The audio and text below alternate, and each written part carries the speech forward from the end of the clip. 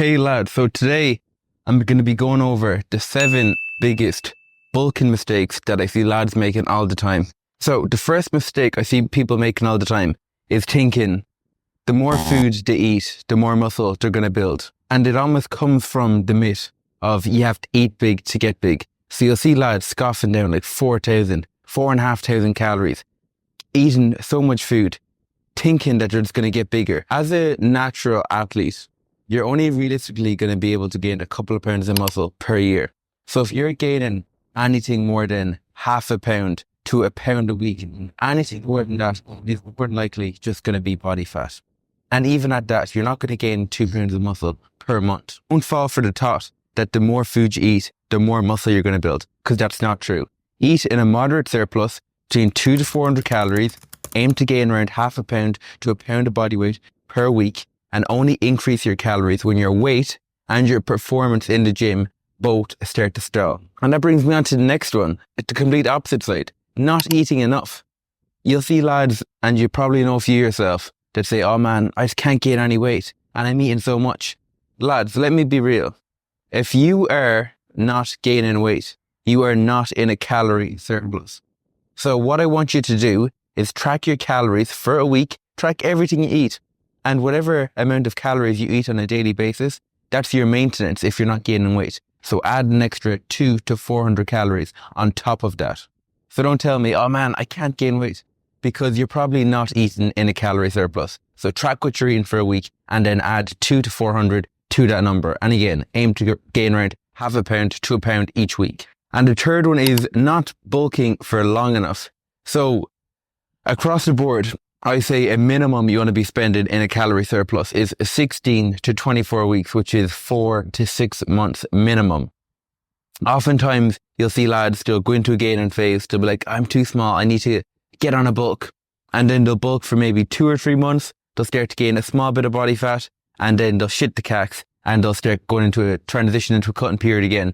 And again, man, if you're only bulking for 12 weeks, in a gain phase for 12 weeks, you're not going to gain any muscle. You might gain a small bit, but it's going to be very, very minimal. So spend a minimum of 16 to 24 weeks in a surplus. And even if you look at the year, that's 4 to 6 months, even longer, 6 to 8 months.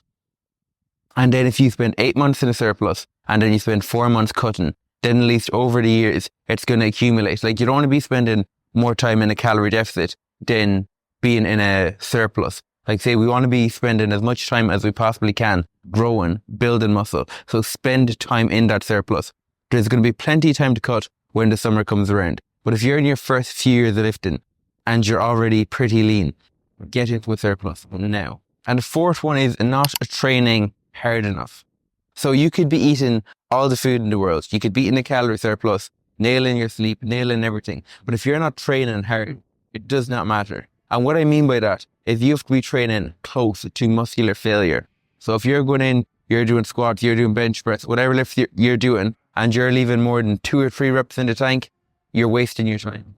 But to be honest, you're as well off, just go to failure on every set, leave no stone unturned, and that way you know you're going to be getting the most bang from your buck. Like, remember, if you're spending 16 to 24 weeks in a surplus, you want to be taking advantage of that time. You don't want to be letting the weeks go by of you not going into the gym, not training hard, and not putting that food to use. Like, say you've got 16 to 24 weeks in a surplus, so take advantage of that time and make sure that you're putting that food, make sure you're putting them calories and that food to use.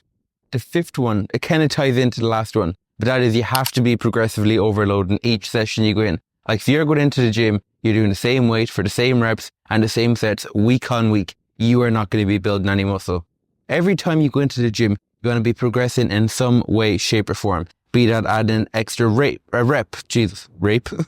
adding an extra rep, or adding an extra set, or adding a 1.25 plate to the bar each side. Like, each week you should be going in, you should be progressively getting stronger. And then over the course of the 16 weeks, 24 weeks, you should be able to look back and just say a bench press or deadlift. Okay, I started at 120 for 8. And now at the end of this gaining phase, I'm up to 170 for 8. And that's how you know that you've built muscle, because you're coming in, you're applying that progressive overload, you're getting strong over time, you're applying a demand on your body to grow. Like, you continue to do the same thing, you're never going to grow. The definition of insanity is doing the same thing over and over again and expecting a different result. So if you want to grow, make sure you're applying progressive overload every single session. And the sixth one is neglecting your cardio and neglecting your activity. Just because you're in a surplus, it isn't an excuse to just get lazy, to stop doing your cardio, to stop hitting your steps.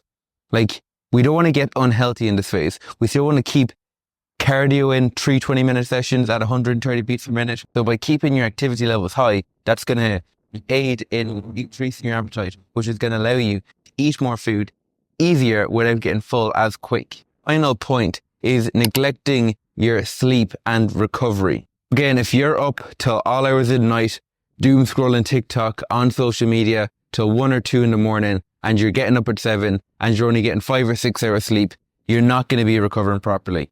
And say if you're not recovering properly, just say this: sleep is your biggest recovery tool. So if you're not sleeping right, you're going to be going into the gym, you're not going to be as fresh, you're not going to have as much energy, your perceived effort of how hard you're training is going to be a lot higher, which basically means you're going to come in, you're going to be dragging your feet, you won't want to push hard. And even when you do, you won't be pushing it through failure because your subconscious will be telling you to stop sooner than you actually should. Like if you watch a video back of you training when you're sleep deprived, you look like you're training like a fucking bitch. Like you have to be sleeping 7 to 9 hours each night, so you are recovered. So when you do go into your gym sessions, you're making the most of them. The 7 mistakes were thinking the more you eat, the more muscle you gain. That's not true. Aim to have a moderate surplus and aim to gain around half a pound to a pound of body weight each week. Number 2, not eat enough. If you want to bulk up, if you want to gain weight, you have to eat in a calorie surplus. If you're not gaining any weight, you're not in a surplus. Simple as. The third point, not bulking long enough. Make sure you're spending a minimum of 16 to 24 weeks in a surplus.